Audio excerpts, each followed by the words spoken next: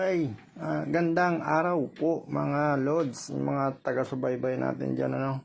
At meron tayong isang kaibigan na taga Camarines Norte or Camarines Sur ang nag-request ng ganitong klase ng backlight sa kanyang Shogun stock panel, no? So,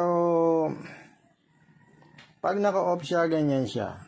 Okay. Customize na rin yung faceplate. Hindi ko alam kung yun talaga yung ano, pero ikakabit ko yung original.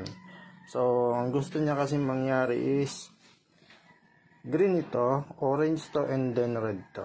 And then red yung pointer, white yung LCD. So, ayan ang kinalabasan.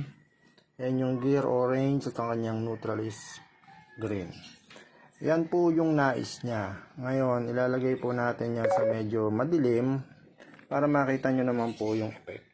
Yan po yung mangyayari dyan, yung kulay. So, medyo maliwanag pa kasi, mas maganda